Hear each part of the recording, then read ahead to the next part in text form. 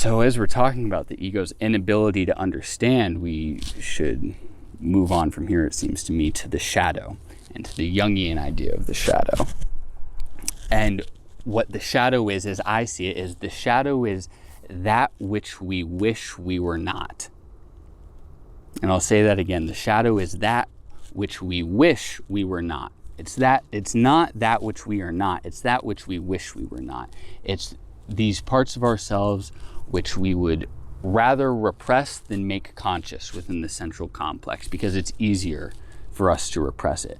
For Bruce Banner, his shadow is the Hulk. His shadow is the unquenchable rage at his own academic process and his loss of Betty Ross and yada, yada, yada, that he would rather not confront. And in fact, he goes to great lengths in the comic books to not confront it. Jekyll and Hyde is another example. Now, what's interesting is that the shadow is not necessarily negative, because when Bruce Banner is transformed into the Hulk, well, the Hulk's shadow is Bruce Banner, because Bruce Banner is that which the Hulk wishes he was not. He's weak and puny Banner. He's intellectual. He uses his mind to solve things rather than just his self-righteous rage and his unconquerable strength. And so when we look at the shadow, we have to realize that it's things that we are that we'd rather not be. And it's things that we might like to, well, put into the shadow of ourselves. If we think of ourself as a being shining on us and giving us direction and giving us forward momentum in our life, our shadow is what's behind us, and there's always a shadow. There's always a thing we wish that we would rather not recognize, and it is both a complex and an archetype that is at play in our lives constantly. And to integrate it, we have to be able to see it directly. And the shadow, by its nature, likes to hide itself. And the primary medium through which it does this is through projection. It projects itself onto other things. We see, oh, I see this in that person, and I really don't like that. It's not to say that everything we don't like is a projection of our shadow. That's simply not the case. But sometimes there's just assholes in the world, and you can't do anything about that. And maybe that's a part of our shadow. That's a broader topic than I care to explore, because I like to think that there's assholes. It's easier for me. That the shadow puts itself onto other people that which we don't wish to look at in ourselves.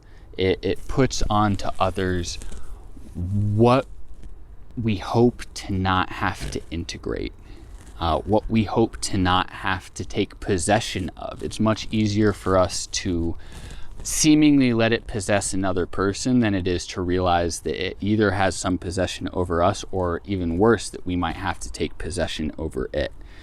And within this is an enormous aspect of the art of integration, and the art of individuation, as I see it, is separating our projections from their objective view and taking them back in as subjective things, as subjective phenomenon, which we're hoping to bring to the fore in our life, because there's energy in them. When we project it onto somebody else, we're projecting a certain degree of our libido onto another person. We're, in a sense, giving away a part of our power as an individual to the other person, out of the desire to not have to recognize that that power is actually our own, because it's a part of our power that's distasteful to us. It's a part of our power that might be disgusting to us.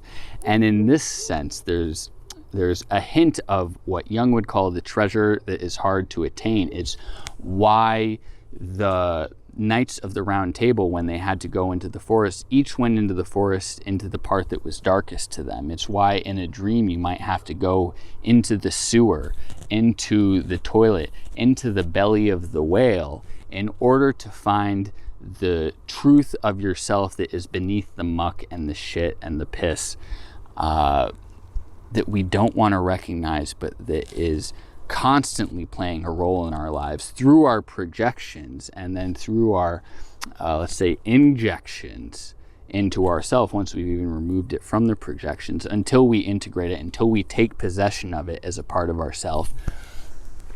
Jung's view is that we can never fully be all of ourselves, because it's like a distant satellite that's out of our orbit. It's out of our possession. It's not acting towards the individual's self-directed process of moving throughout their life.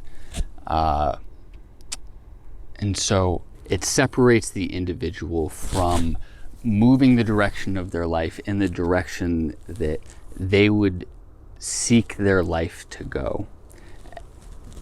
And from embodying themselves, with a capital S, selves, as an individual within the world, rather than a collectivized element, rather than as half of themselves, of that which only reaches the light, because half of us is always within the shadow, and that half of us is often relegated to the personal unconscious. In Freud's view, this would be the Oedipal complex, or whatever sort of taboos lie beneath the surface of our own consciousness. And so what is this self that we're looking towards? So I want to thank you very much for making it this far. I want to wish you a good morning, evening, afternoon, or good night, wherever you find yourself. Thank you for watching. This has been The Art of Remembering.